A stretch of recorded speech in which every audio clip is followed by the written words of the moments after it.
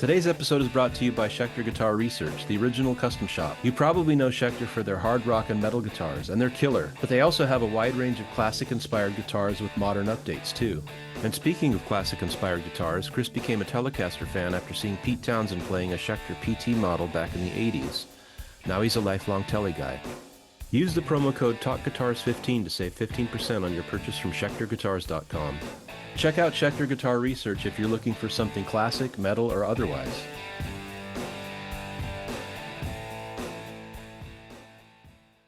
We'd like to thank our sponsor, iZotope. They have a killer selection of intuitively designed audio plugins and suites to help you with all your audio production needs, like voice, video, podcast, or full production recording sessions, and tons more.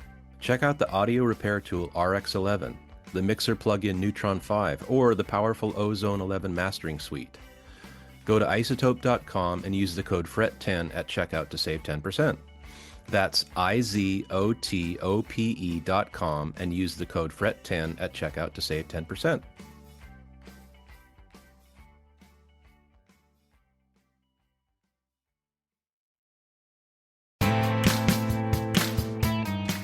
This episode is presented by DistroKid. DistroKid is the easiest way for musicians to get their music into all the platforms like Amazon, Apple, Tidal, TikTok, YouTube, Spotify, and more. You also get unlimited uploads, and artists keep 100% of their earnings. The DistroKid app is super easy to use, so check it out. Just go to distrokid.com/VIP/Talk Guitars to get 30% off.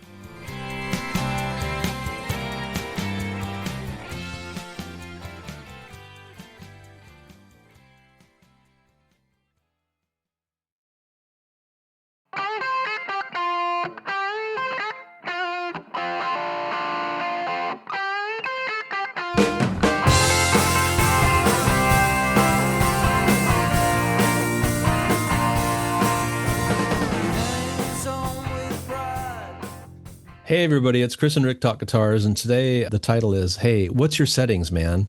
Chris sent me this cool video.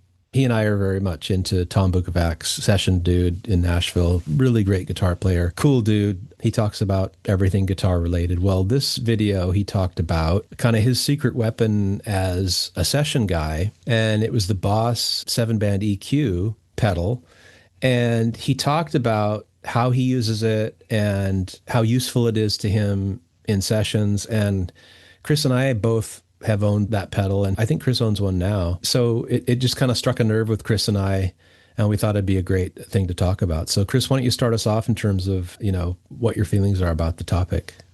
Well, I think it's a widespread topic from the moment you start playing guitar. You're watching guitar players, listening to guitar players, and trying to find where this stuff is coming from, stuff that you like. Yeah. And, and I don't know if you remember, like when you buy a Boss pedal, there'd be a little booklet in it, and you'd open it up and it'd have all the settings for the edge and all these other things. Right. So it's like the quick, easy way to find these settings. And that just, to me, it just always seemed ridiculous. So watching that video, and we'll find some way to let these people know where they can watch this video, if anyone's actually listening to this, where they can watch this, because it's pretty cool. But he plays this long piece in the beginning, and I'm just like, holy shit, he's good, but this is like, come on, fucker. I mean, it's just the way his fingers are on the fretboard and stuff. And to imagine somebody watching him do that, and like they go, oh wow, hey man, what's your settings? It's like, did you just watch what I watched, or what was it? And he sort of had a good comment on that, like, because he gets asked that all the time. It's like, what are your settings? And do you remember what he said? It was something about a race car or something. Yeah, he said, he said that's like asking a race car driver, like, where do you put your hands on the steering wheel? It's like, well, it depends. Am I in the turn? Am I in the straightaway? Am I, it's a fluid situation based on what the variables are, essentially. Yeah, and there's a million variables, and there is so many different ways to approach, like, especially when you're new, to approach the guitar and you're just hungry, so you want it. There's really no wrong way to do things, but that being set up for that, like the way guitar players are now. Yeah. Right now, it's all settings based. You have these amp modelers and all this shit. And totally. So somebody's like just looking for, well, I heard that a Marshall is really cool. Let me go download this Marshall. And anyone that's ever stood in front of a 50-watt Marshall with a 410 cabinet and played it, it's like, there's no fucking way you're hearing a Marshall. You know what I mean? Yeah. So it's like, it's that's the search for that. There's a lot more to that, and that's just the sonicness of it. Beyond that, there's other things that we'll talk about too. So, like trying to unlock something is, I mean, it's totally understandable. It's like, okay, I got this thing, I'm learning how to play it, but now I really, I want to make those sounds. Like, this is why I got the guitar, because listen to that. That's what I want to make. Yeah. So you're trying to find that, and then you're being served these, like, here's some settings, and not only does it not often work, and as you mentioned, there are so many variables. So it's like, it doesn't matter if you have the settings, you have the guitar, you have the amp, everything. There's so many other variables, not even related to gear, that you're not going to get. But now we're being sold this. It's so funny. Here's a sidebar story. My brother recently got back into electric guitar, and he sent me an email saying, or a text saying, "Hey, I'm looking for an amp. I want to get just like a around the house practice amp or something like. What's a good practice amp?" And I went and did all this research, and I wrote this big long thing and gave him like 5 different things. This is good. This is really reliable. This is great. I'd play this. And at the end of it, I said, whatever you do, don't get a modeling amp, because they pretend to be all these things, but you'll spend all your time when you should be playing guitar, like on the internet, downloading amps because they never sound good. And I went to send it, and I saw that he had emailed me back, and he said, "I just bought this modeling amp. It has a bunch of," and I'm so glad I didn't send that, because that's just my fucking opinion. I mean, yeah. I mean, the point is, like, you should get something that makes you want to play the guitar. Yeah. But for me, I relate to that in this way. It's like, I do home recording, right? I've wasted so much time, like, where I should be actually recording songs, saying, "Let me try this reverb. Oh, this is a free compressor. Let me try that." It's just countless. Like, just find something that works. Yeah. And and again, going back to that video, it's like, there's nothing about, for example, in that demonstration, he's got the G7, and he's got a 335, and he says, "Here, I'll show you how to get a Gretsch sound." And he kind of moves the sliders around, and he like got a really cool Gretsch sound. But that, give it to some kid that plays Pinball Wizard. It's not going to sound like a fucking Gretsch. Right. It sounds like a Gretsch because he knows how to play that cool 50s style guitar that, that is through a Gretsch. And he can take it with, he knows like frequencies that can get kind of the character of that. But if you don't know how to play like that, it's not going to sound like that. Yeah. And I think there's more value into just like getting the tools maybe that they're using or something like that, and then just listening to that sound and trying to make that sound yourself. You know what I mean? Yeah, instead of finding, because you'll stumble on things that are even cooler you didn't even know about.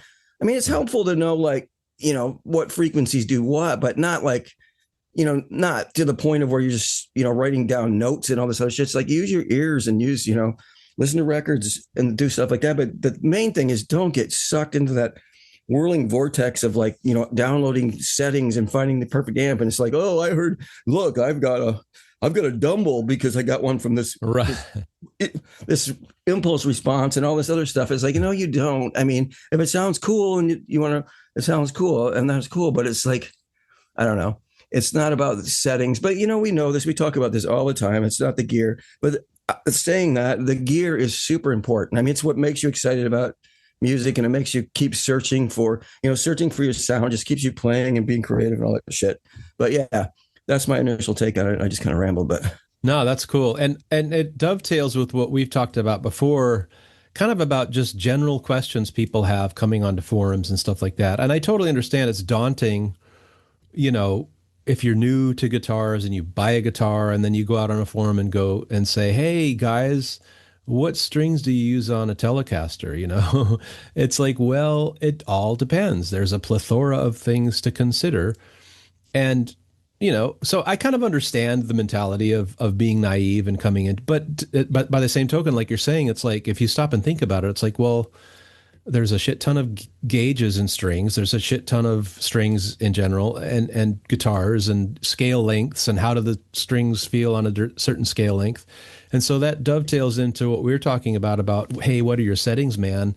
It's like, the variables are myriad and many, and it is about the gear in terms, like he was playing through a vintage ES335 and a vintage Princeton and all this other shit. Well, if you have the same GE7 he was using, the EQ, and you have a Squire Strat and a different amp, you're going to have a different experience with that pedal than he did.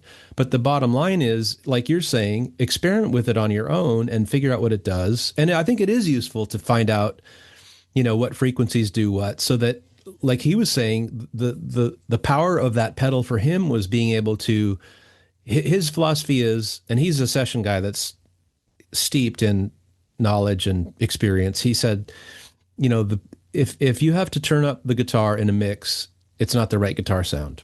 Right. And so this pedal helps him dial in the frequencies to get the guitar sound that fits into a mix. And if you isolate that guitar sound, it may sound not all that great, but and it often does. Yeah. Yeah. But in the mix, boom, it finds its place. It sounds great.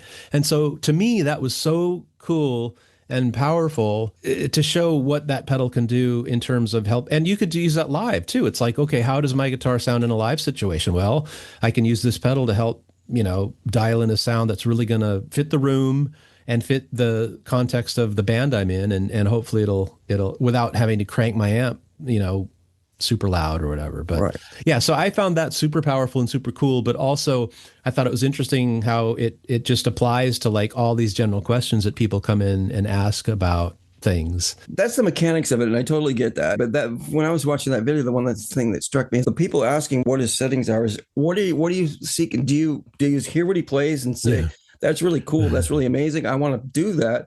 Or do you like, that sounds good that the guitar is making? Because I kind of think it's probably, a better question would be like, how do you get that vibrato, or how are you doing that little slur between notes and things like that? That's right. But I mean, that's just the way that my approach to it. And we also mentioned, I think it was in the cover version thing, and this is really fun and cool. And I got this too, is, I mentioned my friend who was really into Bob Mould, and he like got all of his gear and stuff like that. And I don't think he was trying to like, do exactly that. He was just more inspired by the artist and, wanted to feel closer to him while he's making his music. That's good too. But I just thought that, and I'm not judging the universe on, a handful of my personal experiences, but we all have a tendency to do that sometimes. But I was never that way. I was always the way of like, I hear something I like and I want to get it, but I'm too lazy. Maybe that's what it is. Maybe I'm too lazy to like do the, the math behind it or figure it out. Yeah. It's just like I start going for it, and I'm like, in that case of that video, that was never, I mean, I knew it sounded good. It sounded really great. I think if he was playing, a 70s Silverface Champ and, something else, it would have sounded great too. But that was especially creamy because of what the gear was. But at the same time, it was like, when I hear something like that and I want like that Gretsch, when you did the Gretsch, that really got me. It's like, that's a really cool, that does sound like a 50s Gretsch, like a Dwayne Eddy kind of thing. And I really wanted to run to my 345 and do that. But at the same time, it wasn't so, I don't think it was so much like, what are the frequencies you're pushing or something? It was like more like what he played, what I mean? Yeah. And just how like the roundness of the way that he played it was like worked with that tone. And I think if you start thinking more about what's being played and why you think that you would want to sound like that, there's another way to get closer to that than just like figuring out what's your amp set. Everybody's different. I mean, that's a classic thing. It's like, I don't know who it was. Somebody said, I played Jeff Beck's guitar. It didn't sound like Jeff Beck. He says the strings were really rattly and it didn't sound anything like Jeff Beck. Well, of course. I mean, if we don't know that by now, we haven't been paying attention, but we haven't, because we are still trying to figure out what settings they are. Another reason why I wrote that, tried to dissuade my brother a little bit on the modeling amp, is because it's probably maybe 7 years ago or something. I got one of those little pod headphone amps, Oh yeah. And you can, because I was like, we have a small house, and I thought it'd be cool to be able to sit on the couch and play guitar and not really disturb anybody. But it lasted about a week. I mean, I got it, and the first thing is like, oh, look at all these amps. They all sounded like shit. Yeah. They sound kind of cool in that way. Like it's in a headphone and stuff. Oh, and everybody that, at least back then, I've got some of the modern software stuff now for recording, but they're just like, oh, this is a Marshall, so we just put a shit ton of gain on it. It's like a horrible, like, it sounds like more like a PV Bandit, like with the saturation. But, and the cleans, they've never, ever, ever gotten the cleans yet. But, the thing about that is so interesting is now those shitty, like airy cleans with nothing going on, like no depth or anything like that. That's what's good cleans. Now you're starting to hear people try to get those out of like regular amps now. So it's like, yeah, I don't know it, but what was I saying with that? Oh yeah, that stupid pod thing. I got rid of that really quickly because I found out, okay, what am I doing? I just wanted to, I got this thing so it'd be easy to just plug in and sit on the couch and play guitar. Here I am Yeah. sitting at the fucking computer, like going over web pages, trying to find a Marshall sound that doesn't sound like ass and download it. So Yeah. it's like, yeah, that was a big time suck for me. Well, and I think, like you were saying, it is interesting to think about the different impetuses for how people react to these different things. Like you're saying, like laziness or naivete or whatever, or a combination of all those things, or just impulsiveness, right? It's like, oh, I want to just jump right in, or, and I've been guilty of that over the years of just like jumping into something and trying to figure it out on the fly, or maybe like you're saying, not even having a clear perspective on what I was focusing on, right? Like how the person played it versus what gear they were using to play that, right? All right. And so I can kind of, relate to some people and how they react to these things and how they go about it in their own way or situation when they're inspired by something like that. But yeah, you raise good points. It's like, exactly like what he was playing when he was doing the Gretsch thing was as important as the settings he got, to make it sound like a Gretsch, essentially. Yeah, I think a lot of times tone and sound get interchanged and they really aren't the same thing. You know Yeah. what I mean? Yeah. Like, a lot of tone is mostly in the fingers Hmm. and sound is the way, coming out of the amp, what you get.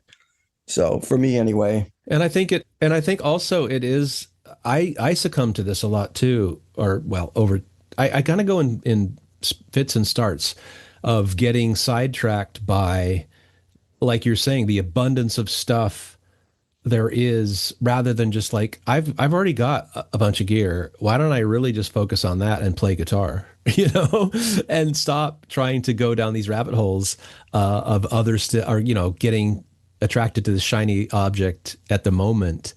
And I go down those roads too. And then before I know it, it's like, well, I remind myself, it's like, just pick the guitar up, plug it into some stuff and play it and figure out. Yeah, because this in this day and age, more than ever, I think we just have such an abundance of gear, pedals, amps, guitars, all kinds of stuff that, yeah, before you know it, you're just collecting things and not really playing it much. And oh yeah, that's kind of a drag. it is a drag, but it's also really fun and we go to it. I know, I know. Concept, but like you said, it ebbs and flows. There's sometimes where I'm just like, I'm just into the guitar and all this other shit. And then you're like, you find something, you get inspired by something, then you're like down the pedal thing, the rabbit hole for whatever. But it always comes back to like, whenever I've really felt like my playing has made me happier, like I've had like a little milestone or just like gotten off a plateau or something, it's always about usually something that I've learned that is not to do with gear. It's always something to do like maybe more knowledge about the fretboard, or maybe just a way to like just like do these little things that make playing your own, like vibrato or whatever, that kind of thing. So lately it's more been about like just knowledge and unlocking certain parts of the fretboard that I never knew before. Yeah. But it's all good. I certainly love those rig walkthroughs, and a lot of those you don't really get to see. A lot of they're great players. We don't get to see a lot of that great playing, but so we're all interested in that stuff. But I don't know. It was just such an interesting thing when he mentioned, like, people ask him all the time what his settings are, because he's kind of like has to kind of be a chameleon. So it's like, it doesn't really matter. Right. I just get what I need to get, and I know how to do it. And I can, for this demonstration, I can show you how I do some of this stuff, but it's like, it works for me, but it's not going to work for you. So, but again, you want a starting point. I just don't want to let it do with guitar what it does with recording. I'm good at the recording stuff now. What I did with that was I found a reverb that I really liked. I got like a couple of compressors that I really like. And I just like, that's it. I'm going to make those work, because I'm not making records that for release. So I just want something that does what those things do. Yeah. And I make more music now. So so if you want to play more guitar and get better on guitar, it's like, just try to limit yourself to 4,000 I guess amp profiles. But I just thought it was so cool too that, because people always ask him too, like, what are your secret weapons, or what's your go-to guitar, all this other stuff. And I just thought it was so cool that he went to this because even when he talked about when he was younger and he saw that a 7-band EQ on somebody's pedal, and he was like, what the hell does he use that for? And but when you see something like him walk through how he uses it and how useful it is, and you see it in real time, and you understand, that's a valuable piece of information, because it's like, especially with guitar players or anybody that plays in a band, it's like everybody's trying, if you play live or record, everybody's trying to find their spot sonically within the mix, right? And Right. a lot of times people just jump to, oh, well, I can't hear the guitar, just turn it up. It's like, Yeah. well, that's not necessarily gonna solve the problem, and most of the time probably won't solve the problem, because of frequencies and all this other stuff. And so I just thought it was so cool how he just dialed it in and talked about how, he related it to sessions he was on, and how it helped. And he just talked about too, like when he goes into a session and he does that, people just like go, oh yeah, I get it. Like, engineers and whoever he's working with. And so I just thought that was so cool, to find out that this single piece of gear can be so useful. And if you apply it to your own situation with your own variables, it could be a game changer for you. I thought that was so cool. I got my first GE7 probably like 95, 96 or something. And I got it for an acoustic guitar mainly. And Yeah. for recording, a lot for recording. So I was doing a lot of 4-tracking. And that's what I got it for. And then I realized that, oh, I could probably use this to boost for solos. And I'm like, not only that, I can boost for solos, but I can push up these frequencies here. I was using a Telecaster, and that kind of gives me that biting sound that I want, that I don't want on everything.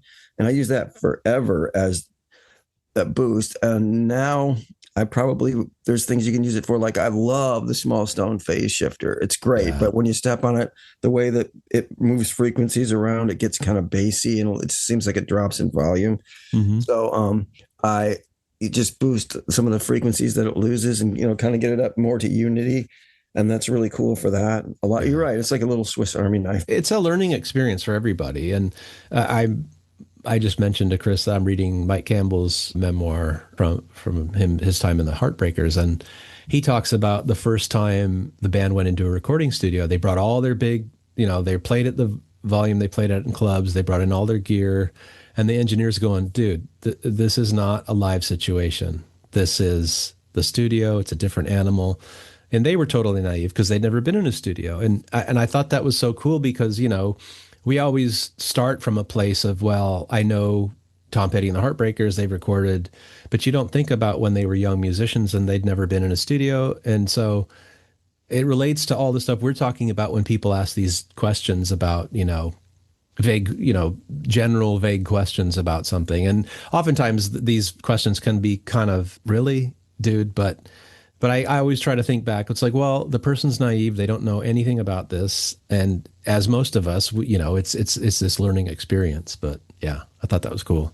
If you're kind of looking on your own, you know what I mean? You get something and you just start fucking around with it. Sometimes you can come up with shit that, is all your own. I like how he was talking about was it the MXR, or maybe it was an Ibanez, like a 12-band EQ or something like that. Yeah, it was like a famous distortion that you could use it to get like really cool distortion out of it. Yeah. So using shit that would never be found in Boss's little book of like settings, right, can be a really good thing to do.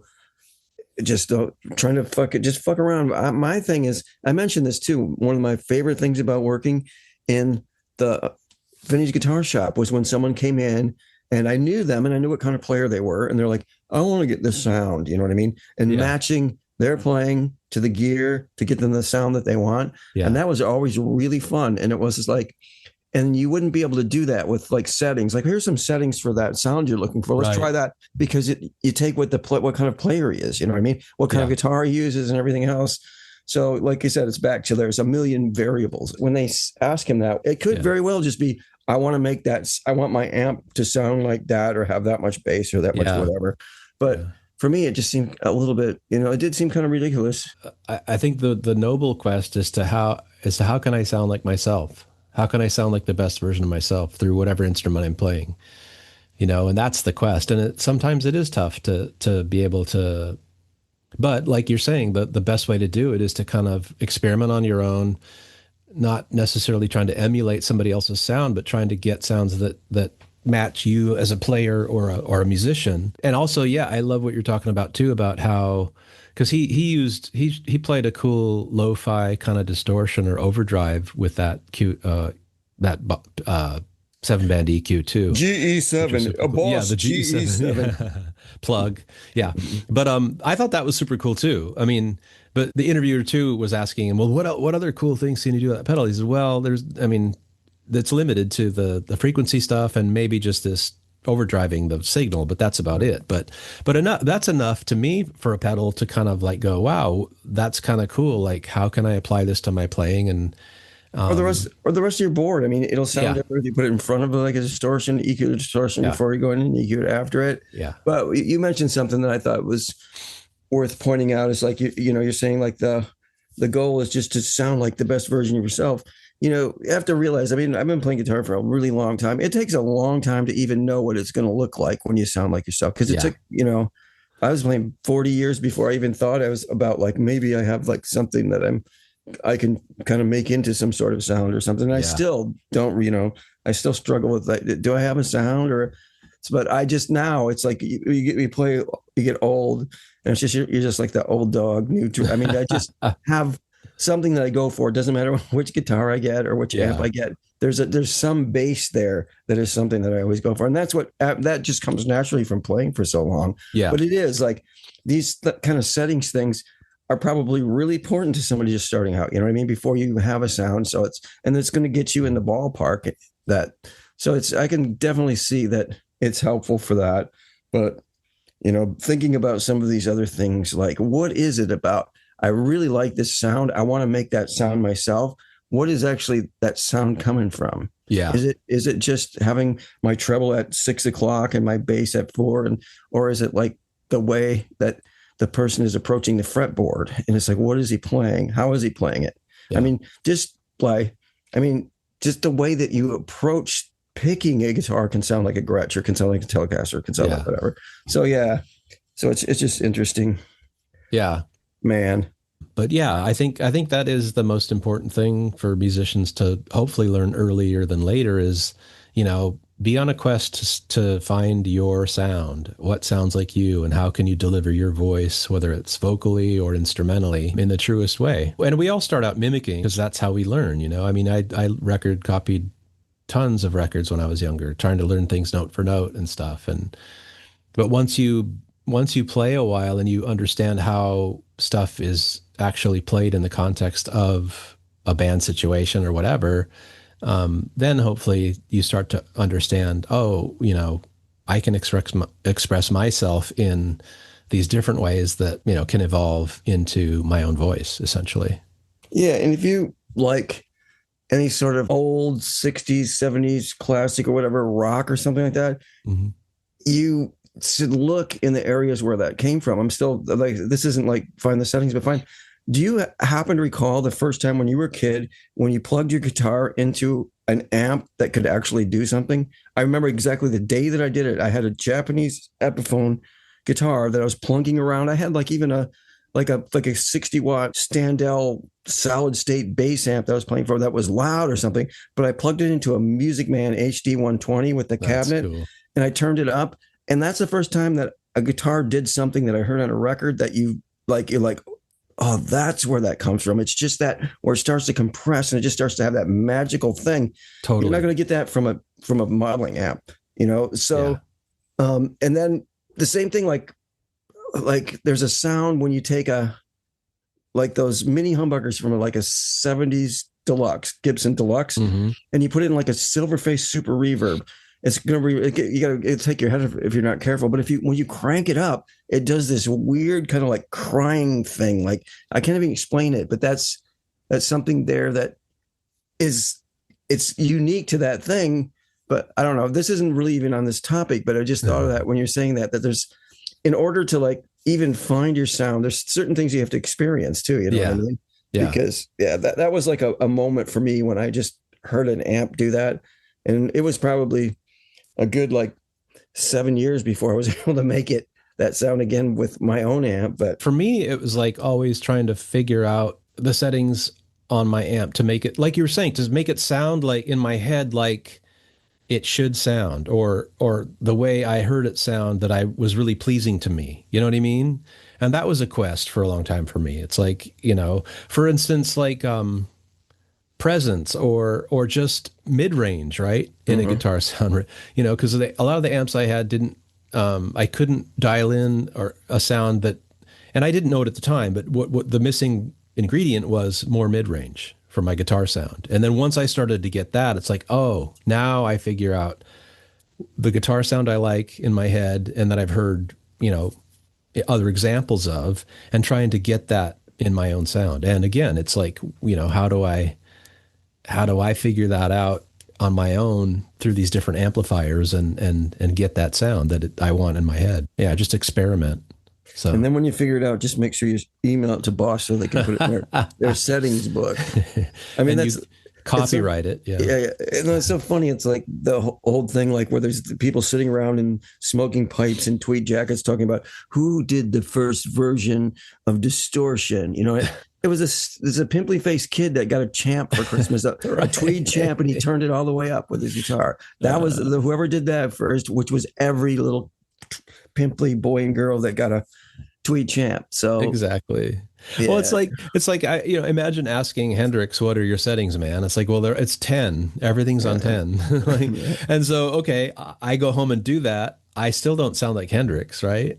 I mean, I can't sound like Jimi Hendrix, but so I think it is funny that, funny but understandable to some degree, that you'd go, well, what's that person doing? And then you do it yourself and you go, well, it doesn't really sound like Hendrix, but well, I love it, man. Yeah. And we'll try to figure out how to notify you guys about this cool video we saw and maybe well, so we can mention it too. They can probably find it with their search the Google. Yeah. So if you just go to Tom Bukovac's YouTube channel, you can find it. He's talking about. It might be Robert Baker. I think that's the that's the person guy that was interviewing him. Just do Tom Bukovac in the GE7. It's really cool, and his playing is really cool to watch him. He's an amazing player. It's just interesting. It was, I don't know where that video, it came down my feed, something, and I watched it, and I just thought it was really interesting to think about settings. It made me think a lot of. I mean, we just talked about it for a little bit, and it went all over the place. Contradict yourself and everything else. It's a big topic, but it's something to think about. I mean, I'm thinking about it right now. It's fun. Ask me how. Well, as always, thanks for listening so much. We're on Spotify, Apple, all the streaming services, and we're members of the Ruinous Media Network, and we really appreciate you guys listening, and keep listening.